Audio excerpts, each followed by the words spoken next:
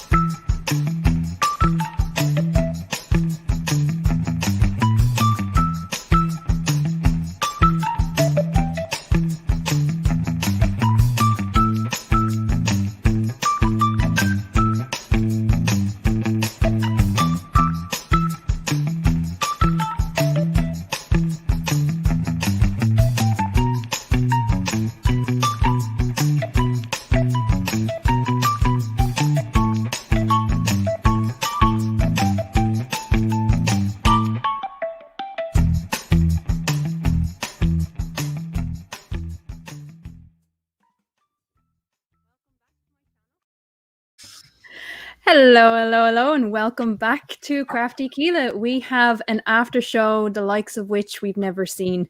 Yes, we did the after show for Agree to Disagree when they had, who was it they had on, Tony? They had one of the churches on. Anyway, we have just witnessed some incredible Dunning-Kruger. And I am really, really happy that I got the chance to do this. And no, we don't have fainting goats. No fainting goats. I bring you goats because they're awesome. No fainting goats. But I'm happy to introduce a few people. We have, of course, PhD Tony. How are you tonight, sir? Well, today for you. Well. Yes, it is today for me. I'm very well, thank you. Glad to be here. Thank you for having me on. We have Stephen from Cider and Port. How are you?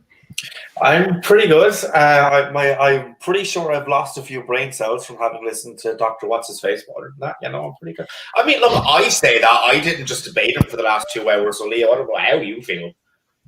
Yeah. You basically wrote me into this, but okay, let's do this. We have a rational empiricist here. We have Andrew. How are you? Andrew. Thanks for having me on. Glad to have you on. And of course, the man of the hour, Leo. Well done tonight. Yeah. Thank you.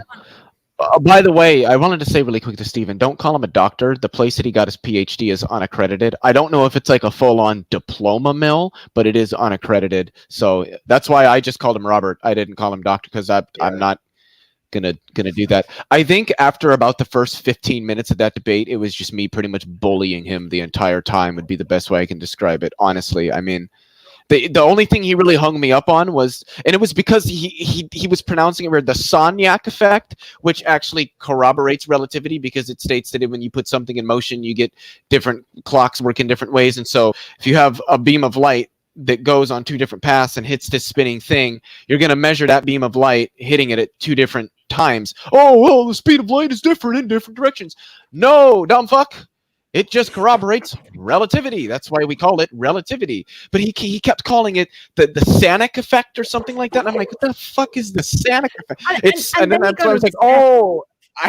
And then he typed it. He spelled it out for me. Yeah, when you he spelled it out, and I was like, oh, the Sagnac effect. Okay. He got upset because you actually researched it in the middle of discussing it. Yeah, and I kind of made a little joke to that. I made a little joke to that later on. I said, he mentioned something. I said I'd have to look that up, but I'm not gonna research it in the middle of the debate since you don't like that. There is one thing I just need to quickly clear up. Huge Arse is asking if Leo is level Earth observer. No, he's not. Is he fuck? No, he's not. Wait, so what? level Earth observer. Am I what? Yeah, level Earth observer, or Leo, as he's known in our community, is a fucktard who has a big crane who thinks the Earth is flat. So no, it's not the same person. Just want to clear that up, just in case, because people are asking. So we can go back to talking about how ridiculous that debate was. I think, if I may say something, I think that Dr. quote unquote Sungenis Robert. I think it's fair to say that he does not know anything whatsoever about how redshift works. Because because if like he was talking about dust and things like that, and I'm like, I was looking it up during the debate because that was I about pretty much facepalmed. I about facepalmed when he said the dust. I just about went, "Oh, you poor bastard!" because it only blocks blue light and lets red light, or it scatters blue light essentially and lets the red light through for the most part, whereas redshift affects the frequency. Yeah, Tony? I think a more correct way of saying it is that the scattering is proportional to the fourth power of frequency. So blue light has a tendency to scatter a lot more than red light. This is why the sky looks blue and sunsets are red. Yeah. So the by the way, Tony, where did go ahead? No, I was just going to ask what your PhD is in and where you got it, just because I'm curious. Okay, so my PhD is in geophysics, and I got it from the Australian National University. Fucking pulling out the big guns here, lads. Does if I may ask something, a better person in this debate than I was. What's up? Does geophysics? I'm not familiar with the term, but like, does geophysics include the study of plate tectonics by any chance? Yes, it does. So basically, any process that impacts the physical movement of the Earth. So there are broad regions of there are different disciplines inside geophysics that are studying different processes. My particular speciality is glacial isostatic adjustment, which is the response of Earth's surface after load redistributions, particularly during the glacial cycles where large ice sheets accumulate and then they melt, and that actually produces a surface deformation and a gravity change that we can examine to determine both the geometry of the ice sheet and the properties of its interior. So that's my speciality. Starting this year, I'll be working on GRACE follow-on data, which is satellite gravimetry data that we use to map mass redistributions on Earth's surface. Interesting. I had a quick question, Keela. Can I send Brenda an invite over Twitter? I know who she is. She's chill. I was just about to ask her to email me. I just want to really, really quickly just a quote that he came out with, which was absolutely incredible to me. So who Robert? Yeah. He said, your ideology is expanding, mine is rotating. What's the difference?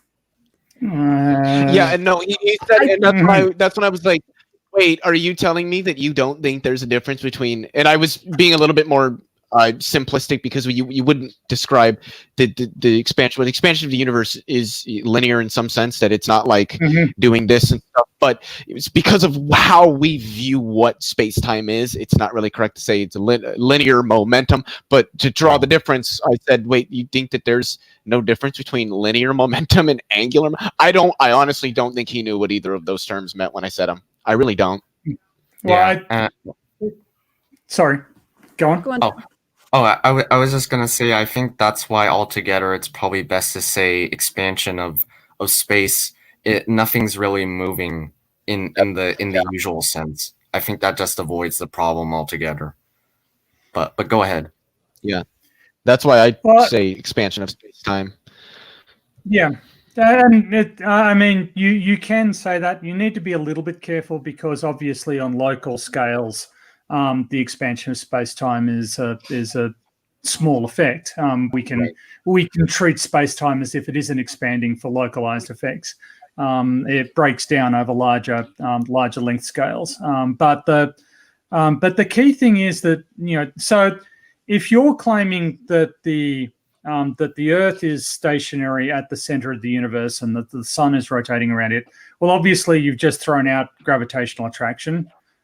Because that requires that actually the other planets are moving around the sun, and that the Earth is moving around the sun too. You're also throwing out the entirety of relativity. You're throwing out time dilation, the preservation of muons from the upper atmosphere, gravitational time dilation, the Eddington eclipse experiment, the deviations in the orbit of Mercury. You're throwing it all out. I mentioned all of this. I threw all this at him.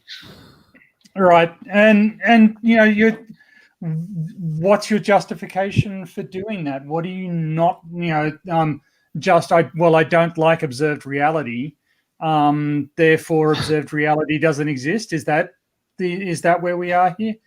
The funny thing is, he was arguing all of this by appealing to general relativity.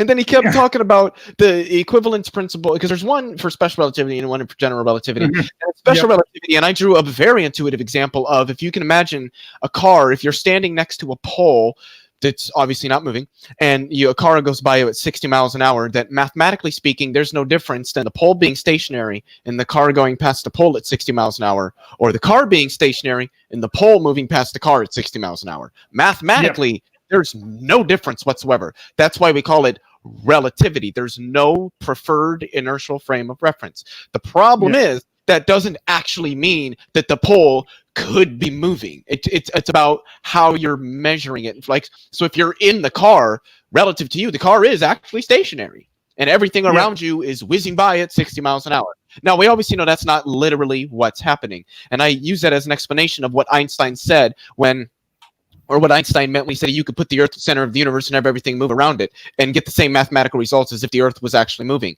Is that it's that equivalence principle in special relativity that there are no preferred inertial frames of reference. Okay, so and I really quickly, because Gutsy Gibbon just popped in a chat, and she said, this guy seems super defensive from what I saw. When he said something about that there is an ether in general relativity, and I straight up asked him, which one of the tensor equations that's in Einstein's field equations includes the ether? And after that, I could just hear it in his voice. He did not like me going into some more of those mathematical details. I wonder why. Just really quickly, Gutsy Gibbon is I think she has to work tonight. She has a lot of work to do, so she's trying not to be. She's trying not to be distracted. Gutsy Gibbon, come in for like 20 minutes. If you do want to pop in and have a chat, you're more than welcome. I understand that you're busy. I have emailed you the link if you do want to come in. Oh, then I don't need to send it to her on Twitter. I was about to do that. You can send it to her on Twitter just in case she hasn't got the email. But there is a question. Did he ever explain what makes the force that keeps things revolving in his quote-unquote model? I don't think he ever did. No. I don't think he ever will. But he didn't. And the funny thing is, he asked me, well, what's making space expand? And I should have thrown right back at him, what's making it rotate? That is true. There is also another one. I must have missed it. Where did Sun Jin say that the energy came from, or where did he say the energy came from to spin whole galaxies around us at superluminal speeds? He didn't. He couldn't explain it. He just appealed to the equivalence principle. Well, Einstein said that you could put the Earth at the center of the universe and have everything spinning around it. Yeah, because there's no... And he said, well, special relativity doesn't say that, because if you put the center of the Earth if you put the Earth actually at the center of the universe, it'd be in a preferred frame of reference. And I was like, which is why we know that the Earth isn't at the center of the universe, because there are no preferred frames of reference. Exactly. Yes. And I mean, the sort of one of the things that you can use is sort of the fact that the Earth must be at the center of the universe because cosmic background radiation doesn't show any bias, right? That's sort of that's a misinterpretation, a commonly held misinterpretation of cosmic background radiation by religious fundamentalists. But that argument fails at the first hurdle. So if you make the same observations from Mars, right, you're not going to see any difference. So already on the basis of your preferred evidence of cosmic background radiation, Mars could just as well be the center of the universe. And it turns out that actually anywhere else could be the center of the universe if you use that observational data set. It doesn't tell you that the Earth is. Sorry, I talk a lot. you may have noticed. Anyway. That's okay, Tony. I just want to say really quickly hello to Professor Phil Bell, who's in the chat. Yes, I understand she gets first dibs on Sunday. If you can jump in for a few minutes, you're more than welcome. I've sent you the link on Discord. Understandably, if you're busy, thank you for jumping into the chat. What we're basically talking about is the modern day debates. Oh my God, Tattie-bogle. Tattie-bogle is back. I'm sorry. Tattie, I've emailed you. Please get back to me, you little shit. But yeah, we're talking about the modern day debate that Leo has just had against the geocentrist, and who actually came out with that Earth was the center of mass. So that was the level of stupid. When they said that, and then somebody brought up the bird example about, well, see, that shows it. I'm just like, yeah, but the funny thing is about that the center of mass is centered over the beak. That's what center of mass means. Yes. Well, isn't it also? Go on. Isn't it also that, like, if you balance something, both masses at the ends are the same mass? Like, that's obviously not the case for the Earth and the Sun, right? Exactly. So then, how does that apply to a geocentric model? Who knows? Who knows? I don't get it. Actually, so we know the mass of the sun, right? We can work the mass of the sun out from from its distance away and from its tidal. So how do you preserve center of mass in your universe, given that the sun is over to one side of us? Where is the local effect balancing that? Right, exactly. Mm-hmm. So if there must be there's so much wrong with this. The intellectual bankruptcy of the geocentrist position, particularly as expressed by this guy. How long did that debate go? I have to say, I tuned in for a little while. A little over 2 hours, I think. 2 hours. Good God, man. And like I said, after the first maybe 15 or 20 minutes, it was me just kind of like bullying him the whole time. Yeah, I mean, look, not to sound conceited. I couldn't have done that debate for a number of reasons. Like, the first one is because I know less than nothing about the topic, and B, because I would have gotten so fucking frustrated with, like, the sheer amount of, like, concentrated, non-diluted stupidity that was coming from him that I would have literally just fucking rage quit. But yeah, look, honestly, Leo, like, I do personally think that you should have been, like, wearing, like, the same. I don't know if you can read what's on my t-shirt. Where am I going? I may be wrong, but it's highly unlikely. I think that you should have been wearing something like that for that debate. But look, there we go. Yeah. Shit. What was I going to say? Oh, and then he. Number one, and I know you caught this, Stephen, when he said we don't know what causes gravity, and the whole time he's talking about general relativity. Yeah. And the other thing he said is, well, we don't know what causes magnetism, and I'm just like, oh, buddy, please don't do this, because I will get so abstract with you, it won't be funny. When he said something about electromagnetism, the question I wanted to ask him, I really wanted to ask him this, but I knew it was just not the right question to ask is, I wanted to ask him, do you know what the U1 gauge transformation symmetry group is? Looking back, I think I should have asked. Oh, you definitely should have. Yes. Yeah, and by the way, that is the mathematical underpinnings. Wait, go ahead, Andrew. It sounded like you might answer that. Oh, no, I don't know what that is. Go ahead. Because you said I think, and I was about to say, oh, is he going to answer it? Yeah, he'll probably get it right. That's the mathematical underpinnings of quantum electrodynamics. Like, you get a magnetic field by, like, taking the electric charge and moving it, and then that gives you a magnetic field. So it's,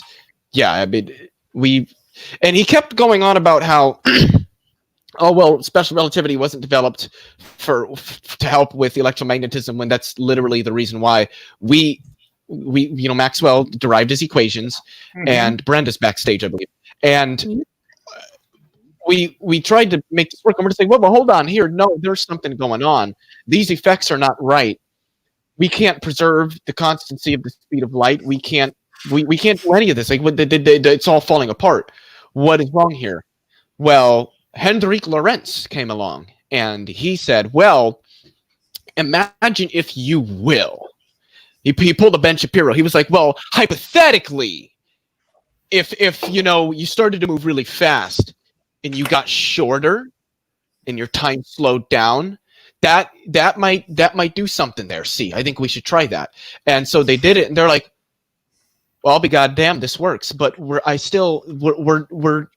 we need, this doesn't fit with Newton. The Lorentz transformations didn't fit with Newton's.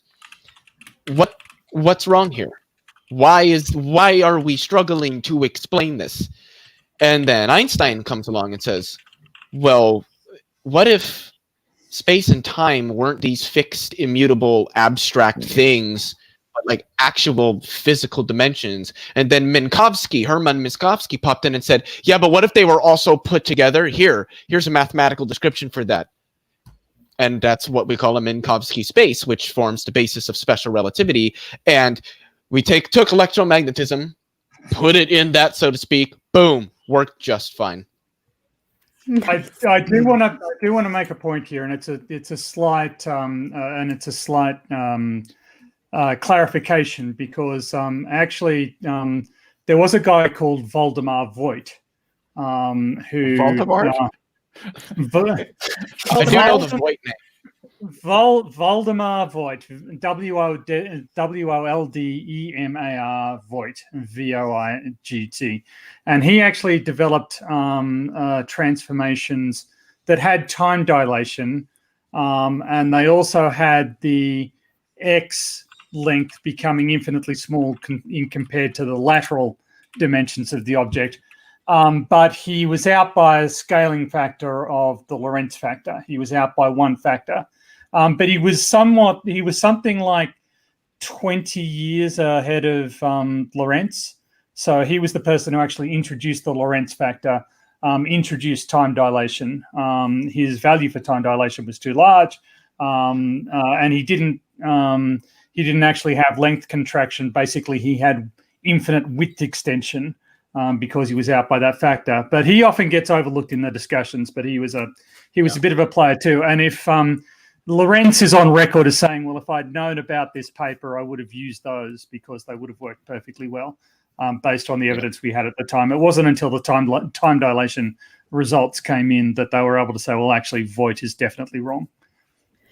Okay, while there's a pause there, what debate did I miss? Why Kikamuko? You missed a brilliant debate with Leo and a geocentrist on modern day debate. It is linked in the description if you want to go back and watch it later, as well as Leo's channel is also linked in the description. And we are joined by Brenda. How are you, Brenda?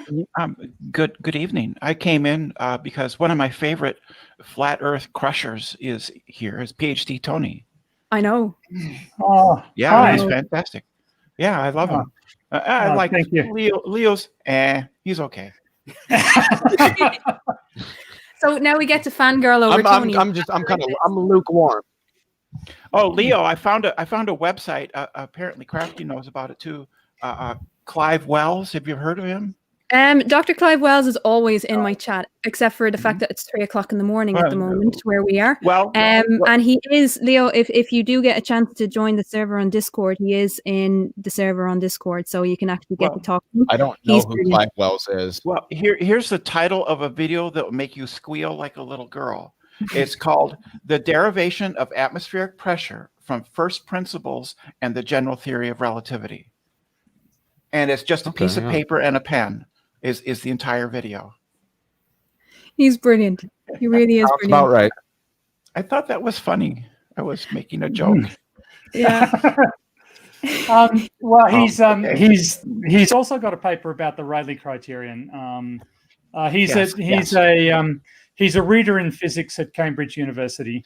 Really chill guy. Given his position and given that he's identified himself by name, he doesn't actually participate in debates so much, but he's always good to talk to and get feedback from. Helps me out a lot. He's fantastic. Yeah. And I thought Leo did an excellent job trying to keep it it was a decent conversation for modern day debates. Sungenis overtalked quite a bit, Yes. but other than that, it didn't get as sort of like dumpster fire-ish the way sometimes these things can get. And I think that was, I think that was good. That was good for the discussion that it stayed that way. I think there were times. I think there were times where he was trying to push you over the edge where you snapped, and you didn't do it. You didn't fall into those traps. I mean, his basic argument was nuh-uh. You would say, general relativity is, oops, there he goes. He lost his connection. A general relativity is an extension of special relativity. And his answer was nuh-uh. That was it. Yeah, and that gets into like he kept using the word in interpretation and how we're interpreting the evidence differently. I don't think that most scientists would use interpret quite that way. That like maybe like deduction is a better process for it. They wouldn't use it. And he seemed to think, and basic trigonometry made a comment. He says, I love the way they say that we can just mess about with the math to get the results we want. Yeah. Does he not know all engineering would fall apart if that was the case? And I was straight up saying, like, dude, you seem to be thinking that like the math just is irrelevant. That's not at all the case, especially with general relativity, which is pretty heavy. Because he said something about, because I said I can cite like Einstein's field equation from memory, and then didn't. He's like, yeah, well, you studied the equations, and I was just like, yeah, well, no shit, because if you're studying general relativity, you're studying the equations that describe general relativity. Yep. Well, one of the things he did a lot was he constantly went back to Hubble, and he constantly went back to Hubble's intentions. And it may even be true. You could even concede that. You could say, yes, Hubble didn't like having God, didn't like having the Earth at the center of the universe because it would promote God or promote Christianity or something like that. But the intentions of a scientist who creates a theory isn't really important to the theory. What's important to the theory are the observations that support the theory, and whether it can be confirmed or disconfirmed or falsified. And what he could have wanted to prove that little blue fairies were doing this. It doesn't matter. What matters are the observations that either tend to support or not support the theory. Exactly. Right, and I think that like in the history of science, you could probably say that scientists get it right, but often for the wrong reason, or something similar to that. Well, Leo's example of Einstein putting in the fudge factor, right, the constant, because it just didn't seem right to him, and what Einstein later said was his greatest mistake. Yeah. Yeah, but it might have been right. I mean, it's this is the thing. But it is consistent. One of the people I have the most problem with in this community, because I think he's actually one of the most unscientific people I've ever come across, is Gleam. Gleam is not content with reading something. He will interpret it. He will interpret what the person meant when they write it, what their motivation was for writing it, why they did stuff, this, that, and the other, in order to bolster his own conclusions. And that's not what reading is all about. Reading is actually all about understanding what they said and what they didn't say, and that's it. But he consistent. Sorry about that. That's okay. I don't know why. I'm literally like, there's maybe like an inch and a half between my laptop and the fucking modem, and this internet is still complete shit. I think the problem is we just need to get a new modem, because it's fucking fiber optic internet. There should be no reason. And I'm on the 5G network. There's no reason it should be misbehaving like this. And it pisses me the fuck off. Sorry. Well, before we continue, I just want to say there Christopher Shapley, DVM CBA, everyone's favorite American veterinarian, has to leave. I will be on Creaky's stream later, well, in the chat anyway, so I will catch you there, Christopher. He is amazing as well. So Insane. continue. Okay, no. Why is my Bluetooth on? That should be off. Don't know why it's on. Is it your modem dropping the connection? I don't know. I have no fucking clue. It doesn't show that my connection at all actually drops. It just shows YouTube starts buffering, StreamYard starts buffering. It says nothing about my connection. I have never had good luck with StreamYard. Never. Well, maybe it's just the general internet Mike being Miller, overwhelmed. It's a put your Saturday laptop afternoon. closer to the center of the universe. Oh, that's a good one. That's funny. Maybe the internet's getting tired, just like light gets tired. Apparently. That would work too. Mr. Andrat asks, is that Wiki Citation Gleam? Yes, that would be Wiki Citation Gleam. I suspect actually that Gleam inserts the sentences that he cites in at least some cases, because some of the sentences in those articles directly contradict the paragraph that comes before and the paragraph that comes after, and you're just going, so but they do directly support Gleam's case. I'm a bit suspect about that, but anyway. Yeah, my experience with Gleam is all I had to do is actually read the papers that he cites, and they very often just don't support what he's trying to say. Who the fuck is Gleam? He is he would not say he's a flat earther, but he is around in flat earth debates and chats and stuff, and arguing for his odd positions. He's got some sort of combination of electric universe / ether exists. Oh God, electric universe. That's so there's a number of those. There's a number of those. Witsit Gets It is another one trying to do that, but he's not as smart. He's not as smart as. I was just about to say, Witsit Gets It is really, really, really, really, really bad at math. I've watched a couple of his debates. Like, he is woefully bad at not just math, but science in general. Yeah. Yeah, I think there's something going on there. The word salad and the wall of, I mean, if you wrote that out, that would be like a wall of text. He barely pauses to breathe. I mean, he's just got this stuff that has to come out, right? It's just it's pressured speech, and wall of text are kind of flags. Just real quick, Sound of Speed of Gravity, who is also Speed of doing Sound of Gravity? Speed of Sound of Gravity, rather. The gravity of sound of speed? Yes. We have 2 Otanglos in our stream. Yeah, he's got actual Otangelo. It's Otangelo Grasso, and then he's got somebody made a troll account called Otangelo Grasshole. So, and it's beautiful. Oh man. Yeah, Otangelo, like the real one, said that I got spanked tonight, and I literally laughed out loud. That was when I was having my internet went shitty, and I laughed out loud. Yeah, Otangelo needs to learn what fallacy of appeal to authority is. I mean, appeal to authority can be correct if you're appealing to the consensus in science, but he could just cherry pick scientists who confirm what he wants to say and then cites them, and that's quote minds, yeah. Quote minds like Paul Davies and people like that, and then interprets them in such a way that it supports what he wants to say. And that's not how we do it. I think the thing to keep in mind is that argument for scientific consensus is best when it's a probabilistic argument, because like it's probably better to say the evidence has convinced all this people. Did I? Oh yeah, you're right. Yeah, you're totally right. So yeah.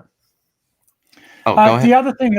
The other thing that I think that they tend to not understand is that it's not sufficient for there to exist a single paper establishing a position.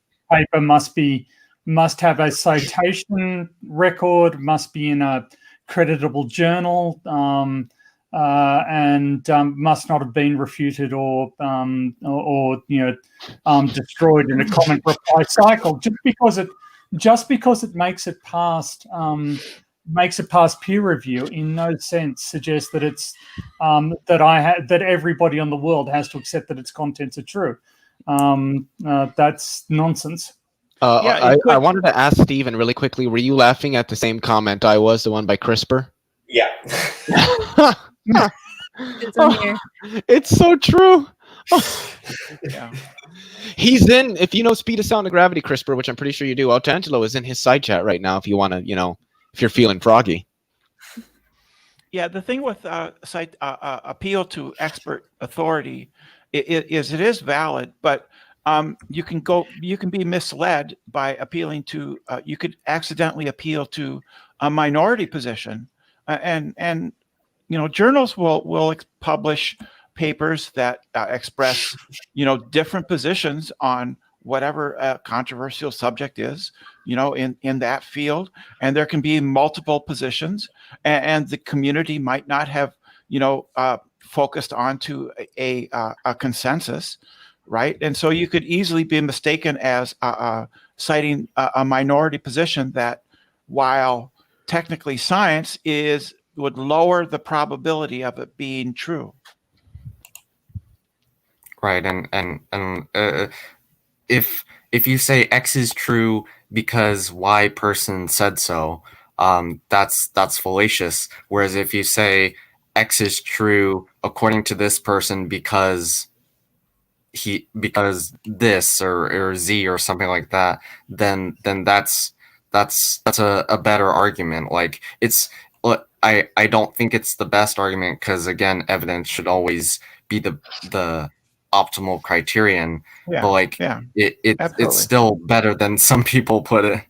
Yeah, it would just tend to raise our confidence level or raise the likelihood. The thing with an argument from consensus, and not really an argument from consensus, but appealing to a consensus, is it's different because you're not just saying, well, one person said something, even if they are a professional, because, well, let's be honest here, John Sanford is like a professional geneticist, but we all know genetic entropy is a bullshit idea. That's why if you appeal to the consensus of professionals in a field, that does significantly more than citing one or two or even 10 professionals. Right. It's almost like saying instead of citing one person, it's citing the world, basically, because the world convinced these people that X is true. Yeah, it's all consensus is almost exclusively based on data, at least the data that we currently have on a particular subject or phenomenon. Yeah. I do love the fact that you use the phrase, you had to explain this in this exact way. We get to pick what words mean. I think that was the highlight of the debate for me. You had to explain the mindset of some of these people tends towards sort of dogmatism and a kind of religious orthodoxy. And within religious orthodoxy, things are true because someone in a position of power says it's true. I mean, so Catholicism is true because the Pope says so, and the community and the Congress of Cardinals say so, and they determine what is true for Catholicism, right? But that's not how science works. It's a completely different orientation.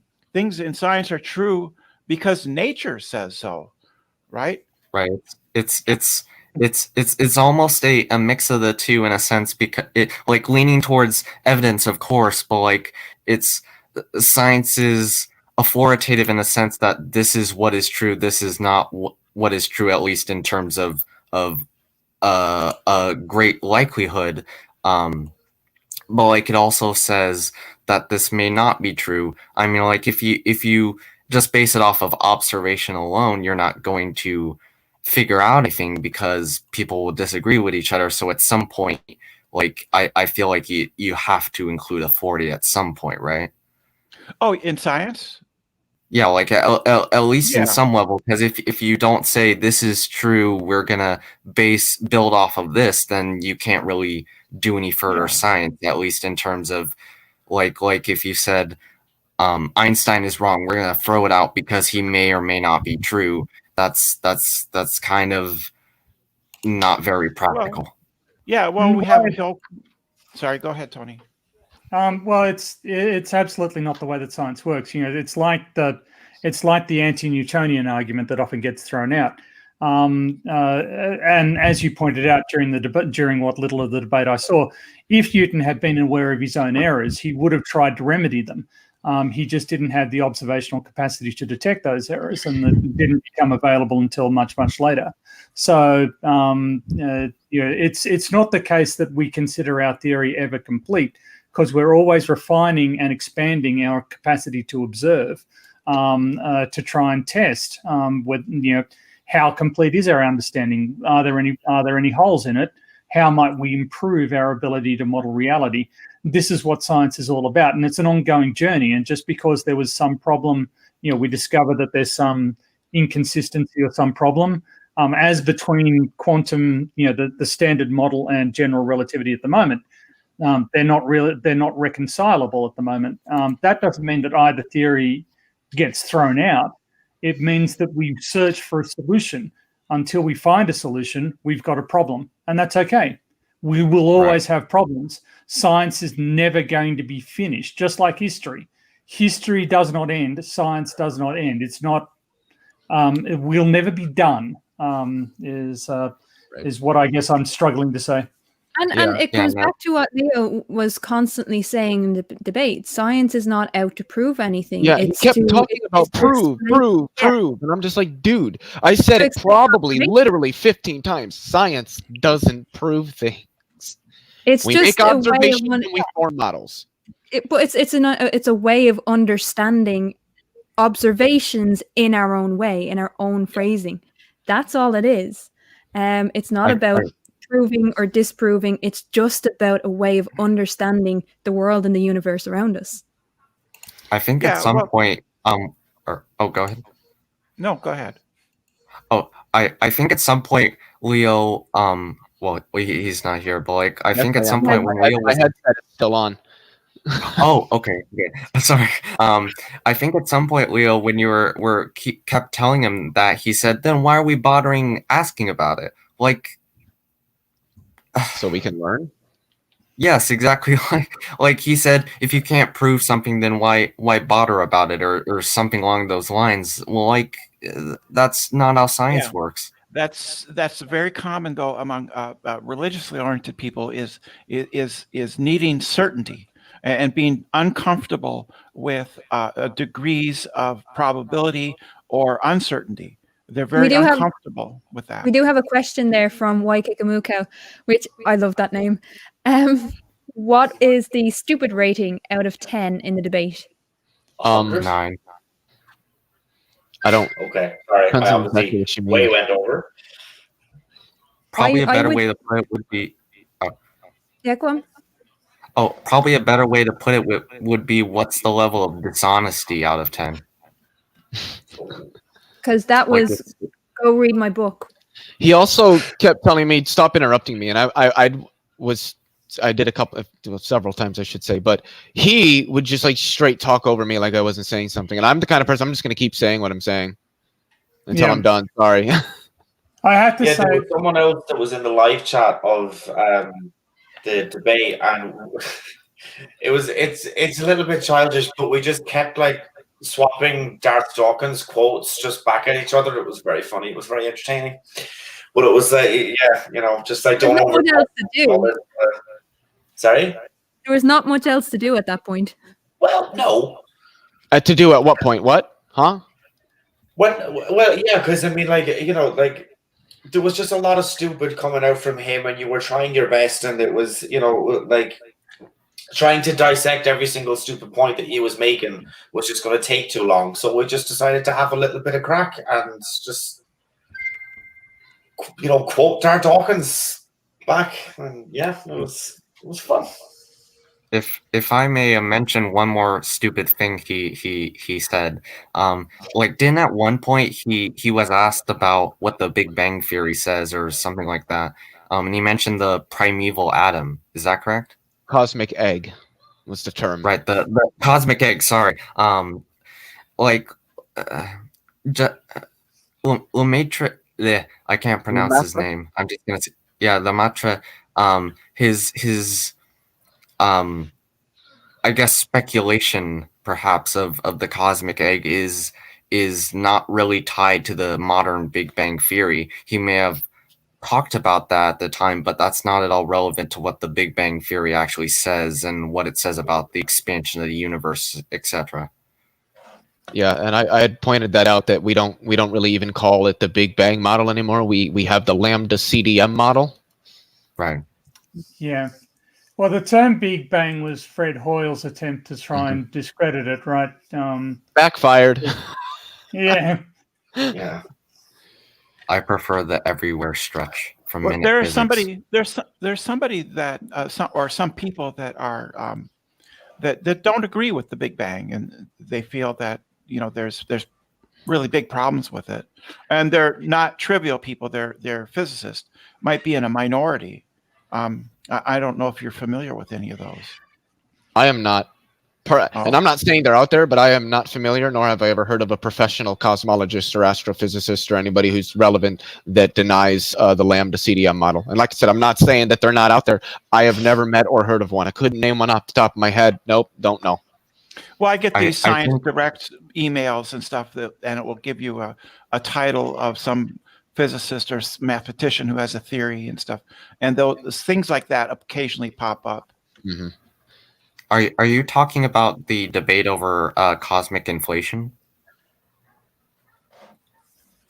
I probably shouldn't have brought it up because I can't remember the specifics very well. Yeah, my guess is the people you're talking about are debating the details of whether or not inflation should be part of the Big Bang model, but the Big Bang model itself is pretty much supported by everyone. Mm-hmm. Not to mention that what we would consider the actual Big Bang is after inflation. Right. Yeah. The whole name Big Bang is kind of it depends on who you're talking to at this point.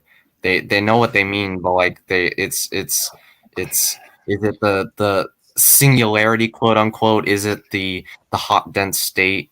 Is it the rapid expansion? No one really, like, you know what I mean? Like it's a vague term in some cases.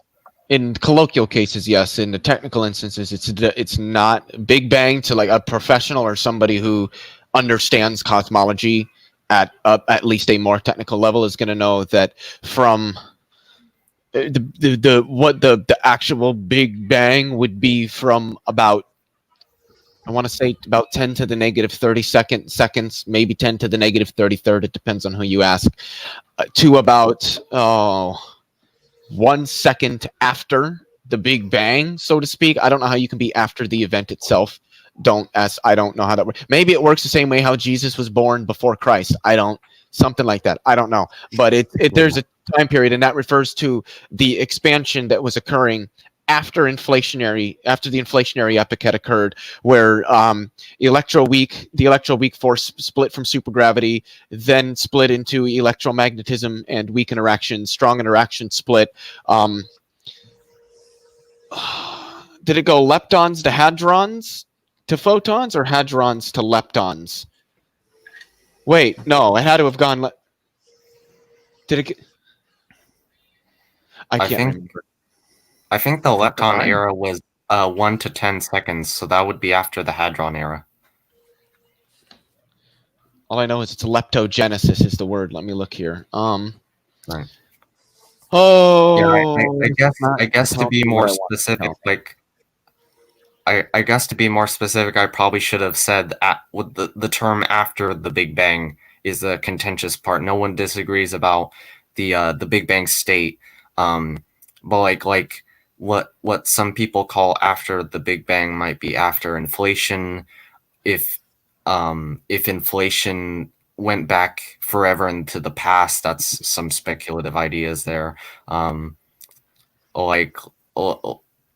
term after the Big Bang, I guess, is what I meant by that.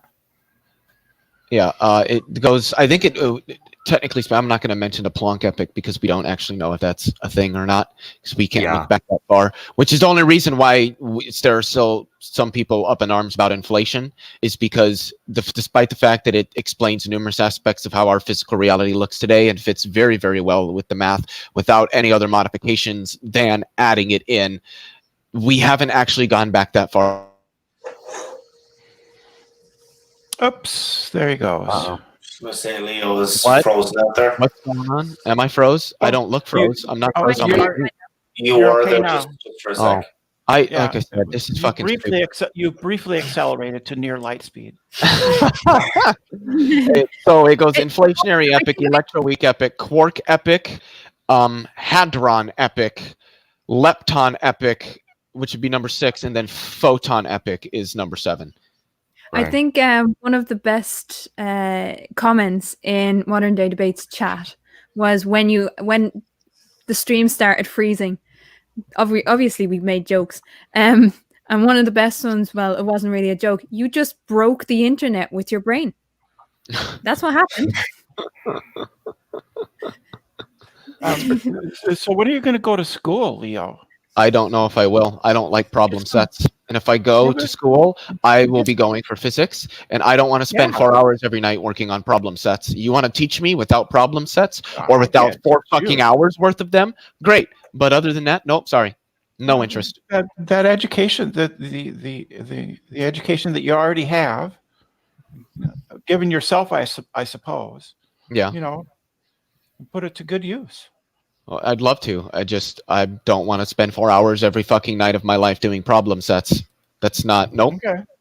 The reason that I always tell people the reason that I know what I know is not because I sat down and did hours of fucking math problems. It's because I actually learned. I tried to learn what underlies the math, what the math is describing, why it's relevant, how we can apply it, what it means. In most institutions, none of that it's taught. It's, you know what? No. Don't ask that question. Shut up and do your fucking homework. Shut up and do the math. That's not how I learn. I'm not a shut up and do the math learner. Never have been. What I would say in defense of universities, and I understand completely where you come from, look into different universities in different countries because they might teach it differently. Yeah. I would hope. What sort of would be your methodology?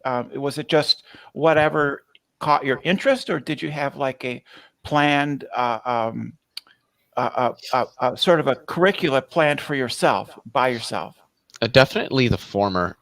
I really got interested in astrophysics and cosmology back when I was still a Catholic and stumbled across the Kalam cosmological argument. And then as I started to research into that and into quantum theory more, was no longer a Catholic and just kept learning. So I just want to say that the PhDs in Australia, for instance, generally involve minimal coursework. They're focused more around research. Well, yeah. Graduate degrees generally are research based, whereas like I don't want to spend like the first 4 years doing a shit pile of math. I just don't want to do that. Fair enough. And now, if for where I would want to go, that's about should probably be more the first 2, maybe 3 years. Because I would want to go to Harvard because they have what's called their advanced standing program, and they have that for their physics and astronomy department. And I could earn a master's of science in astronomy or astrophysics in 4 years rather than 6. Right. Okay. And then from there, ideally, I'd like to go to the University of Oxford and get a DPhil in either astrophysics or particle physics, maybe even both. Yeah, I'm just saying, Leo, you can do something better than debate geocentrists on the internet. I'm not gonna lie. I originally wasn't gonna accept this debate, and then whether people like the guy or not, because I know a lot of people don't. Because Steve McRae was the one that was originally setting me up. It was supposed to be with Rick Delano, who is from the same sort of program movies that Syngenis is, and the one secretary guy, whatever, couldn't get a hold of Rick, so he got a hold of Robert Syngenis, and I told Steve that, and I was like, I don't know if I'm gonna accept it. And he's like, I don't know, man. Steve, he said, Robert Syngenis is probably a bigger name than Rick Delano is, and I was like. Yeah. Okay, I might clout chase a little bit. Why not? Delano is worse than Syngenis. I mean, yeah. But when I saw how Syngenis would just like interrupt and just start randomly talking over you, I was like, I can see how him and Rick would be buddies. Well, you maintained a level of control that I don't think I would have been capable of maintaining, because as soon as they pass a threshold of intellectual dishonesty, to me they're an obstruction. Because I'm not here to convince them. If I'm in a debate, it's not to convince them; it's to educate the audience. That's what I was. And if they're going to be, if they're going to obstruct that, if they're just going to, make themselves an impediment, then I will go through them. I will not go around them, and I will let them know full well at that point, that they've worn out any goodwill that they might have felt themselves entitled to.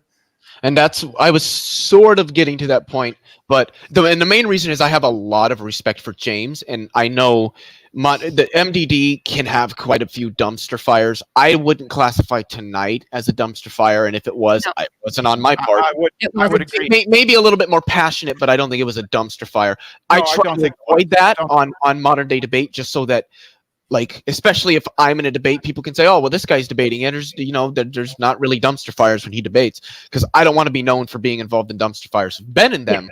I don't like it. So I was trying to be a little bit more reserved than I otherwise would have been, especially with because what I really wanted to do was just I was going to start throwing when he said you don't understand general relativity, and I said, well, I would bet if I asked you what a tensor was, you wouldn't know, but I do. But you're entitled to your own opinion. I really wanted to ask him, do you know what a parallel transport is? Do you know what happens? How do we define the difference in the orientation of a vector on an irregular manifold when we parallel transport it?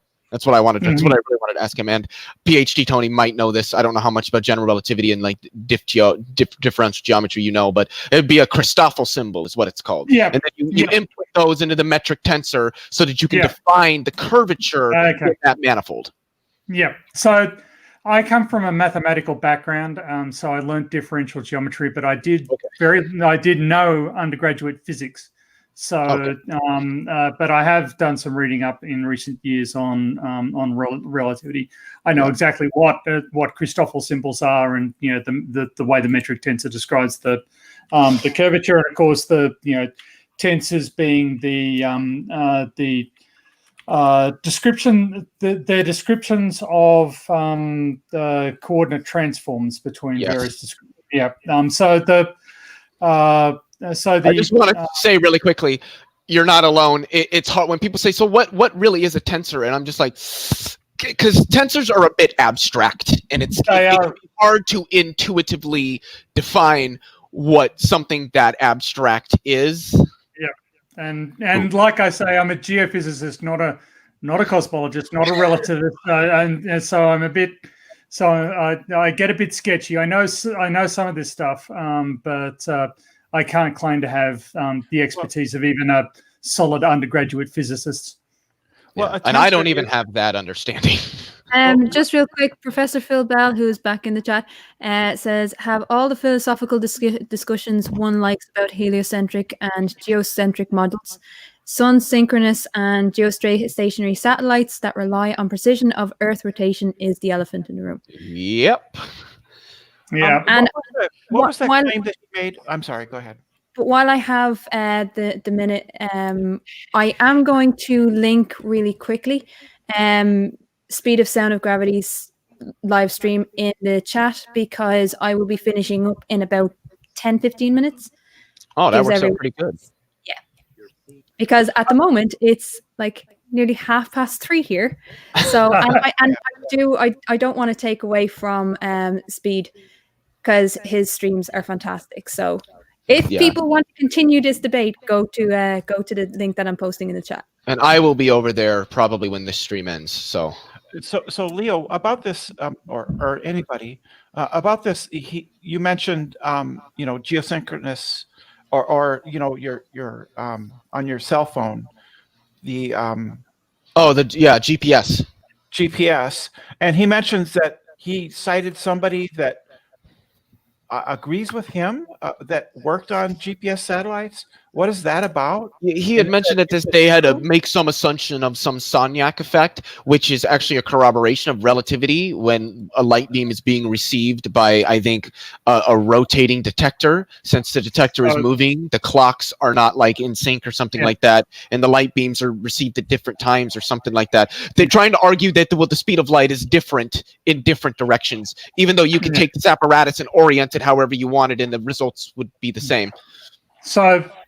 So I just want to say that kind of now you're in my world, because actually geodesy is also something that my work is related to, and I work with some of the people who developed, for instance, the MIT software package for processing gamut.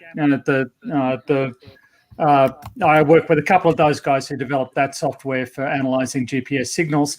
They definitely use the relativity equations because all the GPS satellites do is they are transporting time. They are just transmitting their ID number and the time, and you're receiving those and you're solving for your position relative to these particular satellites. Now, your phone makes assumptions about the orbits of those satellites, but in order to get really precise results to map plate tectonic motions and that sort of stuff, you need to actually be really precise. And there are errors in the orbits that you need to correct for, and so you need to correct for the entire geometry of the entire constellation and the Earth, bearing in mind that Earth's center of mass is time dependent. It's moving over time. Yes. And that's why your phones, albeit accurate, are more of an approximation, whereas like actual scientists and even on airplanes, it's much more precise. Well, they will sometimes cite they'll cite this guy back in the 50s or maybe 60s who helped to invent GPS positioning. He didn't do it with special relativity. So therefore relativity is wrong. I mean, I've had that argument thrust at me, and I don't know enough to respond to it. There's a lot of stuff that we didn't know back in the 1960s and the 1950s. Like people were very surprised when they first put up satellites that actually satellite orbits varied significantly from what they expected. And it's one of the it's one of the things that actually focused onto study of Earth's gravitational field, is that it's a lot less uniform than we had imagined. And there are a lot more influences on it. Actually, it's been a learning curve, and saying, well, back in the old days they didn't use this, and it's also not significant for low Earth orbit satellites. It's not really a factor there because the speed of the satellites isn't that large. It's only once you get out into the higher orbits that it's a problem. But that argument has zero validity. Back in the 1960s, they didn't include this stuff. Yes. Back in the 1960s, they didn't have that many computers either. And there was a limit to how much hardware they could throw at these problems. There was a limit to the sophistication of programs that could be implemented. It's all nonsense, really. There is zero validity to that argument, so you can just chuck it out. And I didn't even mention, Tony's already mentioned it, the muons coming in from the upper atmosphere that show that time dilation is a measurable effect in reality. Yeah. Pretty much any particle accelerator result from CERN or the LHC or any of the other large particle colliders, they all have time dilation in them. Yep. And they also have relativistic mass effects on the particles concerned. Yep. The observation, and these experiments are done so often. So I think I heard the stat that there have been more particle observations performed by CERN alone than there have been humans observing sunrises. So we have more observational understanding of particle collisions and the models based than we do certainty about how sunrises occur. We have more observational evidence. So, it's just absurd to say, oh, well, I don't believe any of that. Well, then... Sorry, Leo, I was just going to say to Leo that another rather than getting bogged down in redshift with Sun Janus, you could have brought up, like, what is it? I think it's called the Pound-Rebka experiment, right? Where I don't know.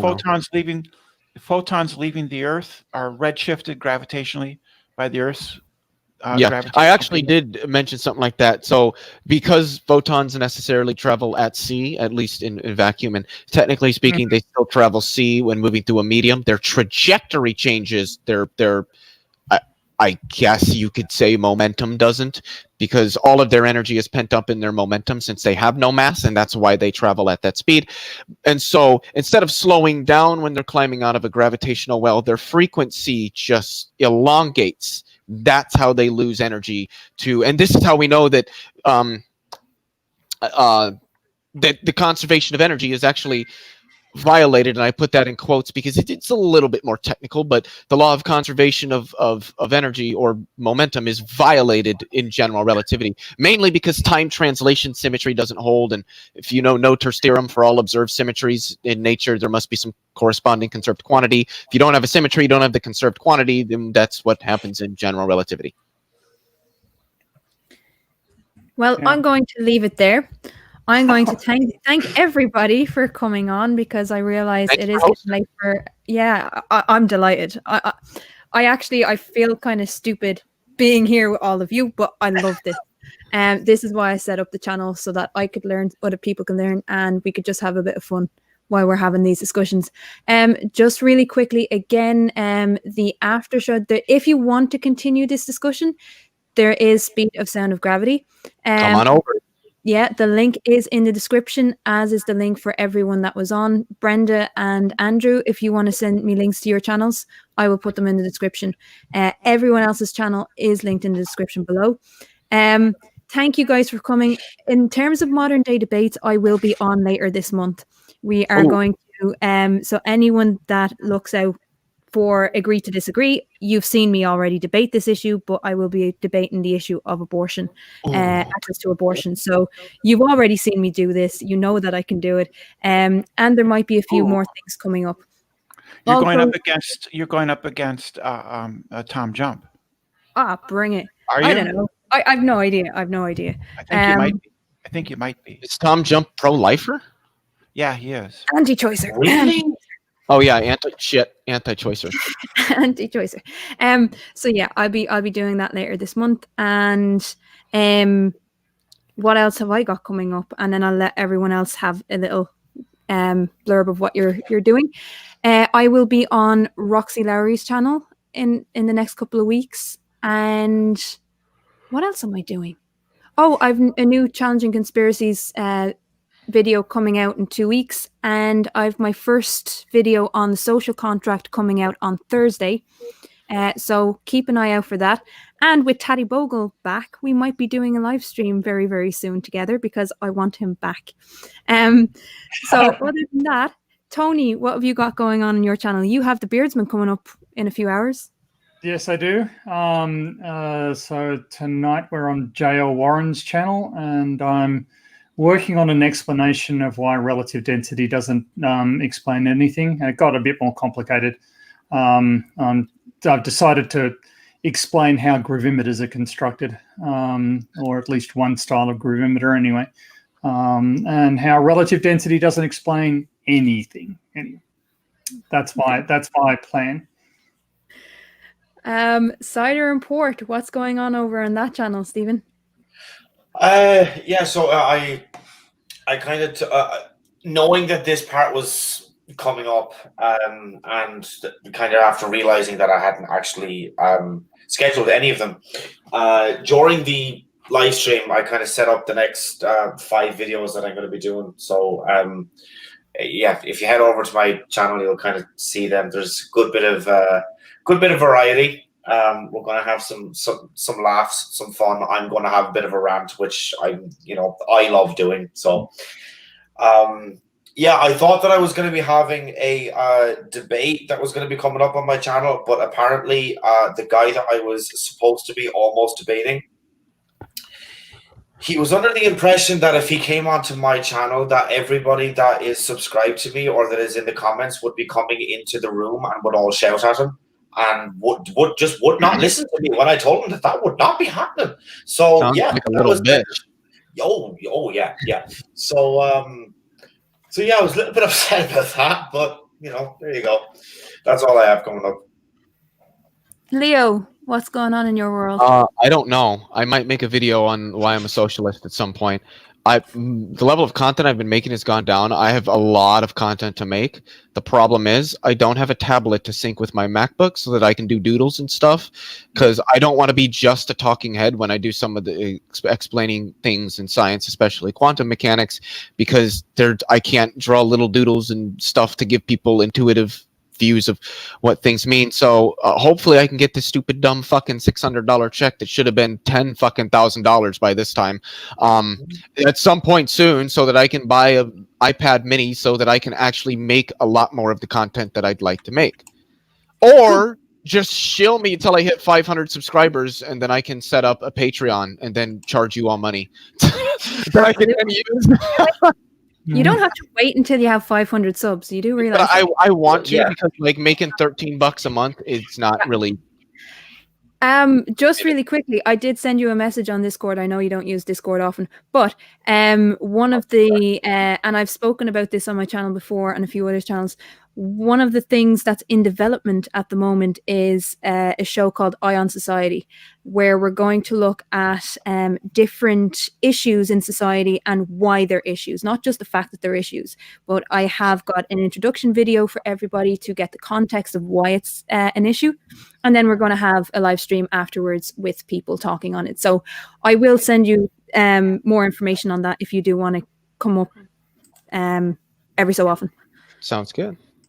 But it's going to be more because I'm based in sociology. That's where I have my master's. So that's where I'm going to focus. A little bit. Brenda, what's coming up for you? Well, for me, I'm taking courses at the University of Minnesota because I'm a senior, and so I qualify for taking courses towards a non-degree seeking for a reduced price. So I'm taking a course in critical reasoning and in philosophy. It starts after the Christmas break. Brilliant. And Andrew? In terms of a channel, I don't have one yet. But I would say, well, right now at least I'm finishing, or not finishing, just going through my senior year at high school. I would like to quickly mention that if PhD Tony has some time after the stream ends, I'd like to ask him something, if that's okay. Yeah. Okay. Well, with that, I am going to end. Can I say one more thing really, really quickly? Follow me on Twitter at Leophilius, spelled the same way that you see on the screen. Absolutely. I'll get a link to that and I'll put a link in the description below. Twitter.com/Leophilius. Yeah, but people like links, weirdly enough. They do. So if you want to follow Leo, please do. He's brilliant. And he does be over on Cider Import, and he does be on MathPig. People know that I'm a big MathPig fan. Actually, we can't allow the stream to go. I want to advise people, if you're this is not for the faint-hearted, but this basically happened. Stephen knows what I'm about to share. This basically happened on his 1K special, his New Year's special, where we got him in a mankini. So I apologize, MathPig, in advance. What am I doing?